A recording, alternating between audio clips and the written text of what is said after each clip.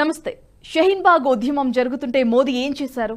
ఉద్యమకారులను అణిచివేయవచ్చు కదా. రైతు ఉద్యమాల్లో ఖలిస్తానీలు చొరబడ్డారని రైతు నాయకులు చెబుతుంటే తమ ప్రధాని ఏం చేశారు?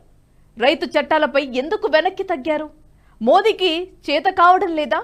మన దగ్గర న్యాయం ఉన్నప్పుడు మోదీ దేశ వ్యతిరేక శక్తులకు ఎందుకు తల వంచారు అని గతంలో చాలా మంది మోదీని ప్రశ్నించారు. అయితే తాజాగా బంగ్లాదేశ్ లో జరుగుతున్న పరిణామాలను గమనిస్తే మోదీనే కరెక్ట్ అని అనిపిస్తోంది. అమెరికా డీప్ స్టేట్, చైనా కుట్రలను మోదీ తన చాణక్యతతో చాకచక్యంగా అడ్డుకుంటున్నారని అర్థమవుతోంది. అదెలాగో చూద్దాం. అంతకంటే ముందు ఈ వీడియోను లైక్ చేసి 10 మందికి షేర్ చేయండి. మీ అమూల్యమైన సలహాలు, సూచనలు కమెంట్ల ద్వారా మాతో పంచుకోండి. అలాగే ఈ వీడియో డిస్క్రిప్షన్లో ఉన్న నేషనలిస్ట్ హబ్ వాట్సాప్ ఛానల్ను కూడా ఫాలో చేసి ప్రతి అప్డేట్ను మిస్ అవ్వకుండా చూడండి. నేషనలిస్ట్ హబ్ ఛానల్ను సబ్స్క్రైబ్ చేసుకొని జాతీయవాద జర్నలిజాన్ని ప్రోత్సహించండి. బంగ్లాదేశ్లో రిజిమ్ చేంజ్ పూర్తయింది. అమెరికా డీప్ స్టేట్తో పాటు చైనా కలిసి కుట్రలు పన్నడంతో షేక్ హసీనా గద్దె దిగాల్సి వచ్చింది. అత్యధిక మెజారిటీతో గెలిచి 6 నెలలు కూడా కాకముందే దేశం వదిలి పారిపోవాల్సిన పరిస్థితి ఏర్పడింది. అందుకు ప్రధాన కారణం అమెరికా డీప్ స్టేట్ అయితే దీనికి తెర వెనుక సహకరించింది చైనా.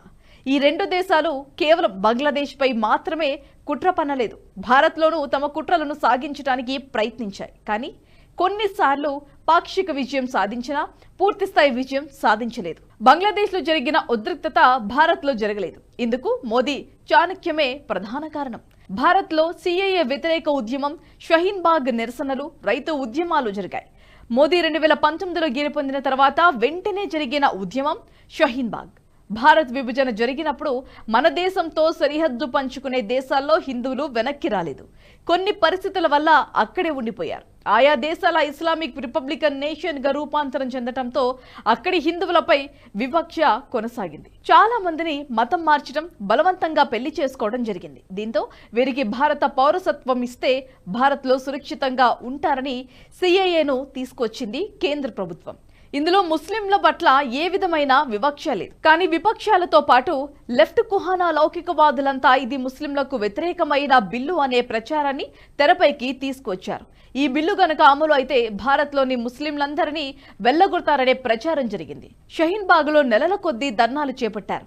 ఇందులో దేశ వ్యతిరేక శక్తులు కూడా చొరబడ్డాయి. షార్జిల్ ఇమాం అయితే ఏకంగా భారత్ నుంచి ఈశాన్య రాష్ట్రాలను వేరు చేయడానికి సిలిగురి కారిడార్ను దిగ్బంధించాలని పిలుపునిచ్చారు.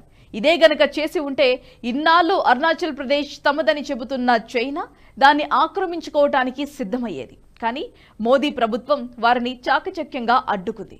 ఈ నిరసనలు కేవలం షహీన్బాగ్కు మాత్రమే పరిమితమయ్యేలా చేశారు. ఆ సమయంలో మోదీ వీరిని ఎందుకు కఠినంగా అణిచివేయలేదు అని ప్రశ్నించారు. ఇక రైతు ఉద్యమంలోనూ ఇదే జరిగింది. మోదీ ప్రభుత్వం 3 రైతు చట్టాలను తీసుకువచ్చింది.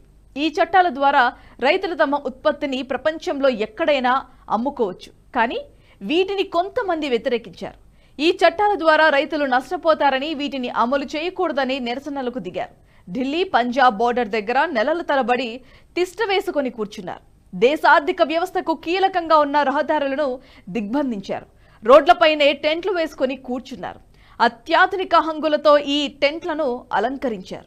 బాడీ మసాజులు చేయించుకుంటూ పిజ్జాలు తింటూ నిరసనలు కొనసాగించారు రైతులు. నిజానికి వీరిలో కేవలం రైతులు మాత్రమే లేరు. చాలా మంది దేశ వ్యతిరేక శక్తులు వెనకుండి ఈ ఉద్యమాన్ని నడిపించారు. ఖలిస్తానీ మూకులు ఇందులో ప్రధాన పాత్ర పోషించాయి. ఇక 2021 జనవరి 26న రిపబ్లికన్ డే నాడు ఎర్రకోట లక్ష్యంగా వీరు అల్లర్లకు పాల్పడ్డారు. దేశ రాజధానిలో అల్లర్లు సృష్టించారు. ఇందుకు రాజ్దీప్ సర్దేశాయి లాంటి జర్నలిస్టుల ఫేక్ ప్రచారం తోడైంది. దీంతో ఈ ఉద్యమం హింసాత్మకంగా మారింది. ఏకంగా ఎర్రకోటపై ఉన్న జాతీయ జెండాను తొలగించి అక్కడ మతపరమైన జెండాను ఎగరవేసేంత వరకు ఈ ఉద్యమం సాగింది. ఈ హింస జరిగిన తర్వాత తమ ఉద్యమం ఇంతటి హింసాత్మకంగా మారుతుందని తాము భావించలేదని రైతు సంఘాల నాయకులు తెలిపారు. తమ నిరసనల్లో బయట శక్తులు ప్రవేశించడం వల్లే ఈ హింస చెలరేగిందని వెల్లడించారు.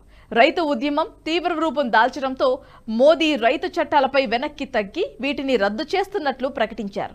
ఈ ఉద్యమం సమయంలోనూ మోదీ ఎందుకు మౌనంగా ఉన్నారని, రైతు చట్టాలను ఎందుకు వెనక్కి తీసుకున్నారని అందరూ ప్రశ్నించారు. మోదీకి చేత కావటం లేదని, ఈ విషయంలో యోగి ఆదిత్యనాథ్ను చూసి బుద్ధి తెచ్చుకోవాలని కొందరు సూచించగా, మరికొందరైతే ఉద్యమకారులను అణిచివేయడంలో నాటి బంగ్లాదేశ్ ప్రధాని షేక్ హసీనాను చూసి నేర్చుకోవాలని సలహాలు కూడా ఇచ్చారు. కేవలం ఇవే కావు, ఎన్నో సందర్భాల్లో మోదీ మౌనం వహించారు.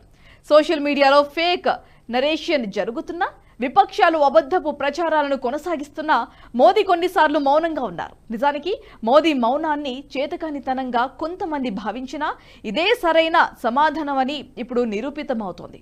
నరేంద్ర మోదీ 10 ఏళ్లు గుజరాత్ సీఎంగా, మరో 10 ఏళ్లు దేశానికి ప్రధానమంత్రిగా పనిచేశారు. అంతకుముందు దాదాపు 13 ఏళ్లకు పైగానే ఆర్గనైజింగ్ సెక్రటరీగా పనిచేశారు. దీంతో పాటు జాతీయ ఎన్నికల కమిటీలో సభ్యుడిగానూ పనిచేశారు. ఎమర్జెన్సీ సమయాల్లో అండర్ కవర్గా ఉండి జనసంఘ్ నాయకులకు సహాయం చేశారు.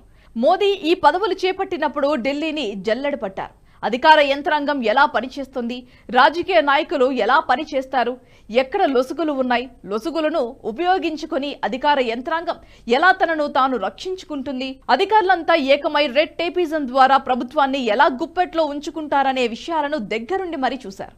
దీంతో పాటు భారత్పై విదేశీ కుట్రలు ఎలా జరుగుతాయి, వీటికి ప్రభుత్వాలు ఎలా లొంగుతాయి అనే విషయాలు తెలిసిన వ్యక్తి కాబట్టి వీటికి లొంగకుండా ఎలా ఉండాలో కూడా మోదీకి బాగా తెలుసు. అందుకే మన దేశంలో గతంలో ఏ ప్రధాని లేనట్లుగా బలమైన దౌత్యాన్ని మోదీ ప్రభుత్వం నేర్పుతోంది. పరస్పర విరుద్ధ భావాలున్న దేశాలైన America, Russia, Israel, Iran, Armenia, అజర్బైజాన్లతో పాటు అనేక దేశాలతో ఎప్పుడు ఏ విధంగా వ్యవహరించాలో బాగా తెలుసు.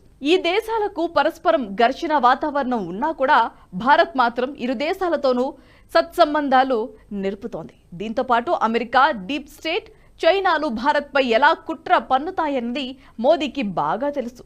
ముఖ్యంగా జీన్ షార్ప్ థియరీలు ఎలా మొదలవుతాయి, వీటిని ఎలా అడ్డుకోవాలన్న విషయం తెలిసిన వ్యక్తి కాబట్టే ఈ ఉద్యమాలు తీవ్ర రూపం దాల్చకుండా కట్టడి అయ్యాయి. అమెరికా డీప్ స్టేట్ అమలు చేసే జీన్ షార్ప్ థియరీపై ఉక్కుపాదంతో అణిచివేత అన్నది వర్కౌట్ కాదు. బంగ్లాదేశ్ వ్యవహారాన్ని గమనిస్తే ఉద్యమాలను సద్దుమణిగేలా చేయటానికి షేక్ హసీనా ప్రయత్నించలేదు. ఉద్యమకారులతో చర్చలు జరపడానికి మొగ్గు చూపకుండా వారిని రజకార్లతో పోల్చడంతో మరింత రెచ్చగొట్టినట్లయింది. దీంతో పదవిని కోల్పోవాల్సి వచ్చింది. కానీ మోదీ అలా చేయలేదు. ఉద్యమకారులతో ఎప్పటికప్పుడు చర్చలు జరిపారు. అయినను వెళ్లి రావలే హస్తినాకు అన్నట్లుగా ఉద్యమకారుల డిమాండ్లను నెరవేర్చకపోయినా వారితో చర్చలు జరపడంతో తాము సిద్ధమే అన్న భావనను ప్రజల్లో కల్పించారు. దీంతో పాటు ఉద్యమాలను పూర్తి అణిచివేత ధోరణితో కాకుండా సంయమనం పాటించడం, వీటికి అందే నిధులను కట్టడి చేయటంతో ఎక్కువ కాలం కొనసాగలేకపోయాయి. మోదీ ఏమీ తెలియని అమాయకుడు కాదు.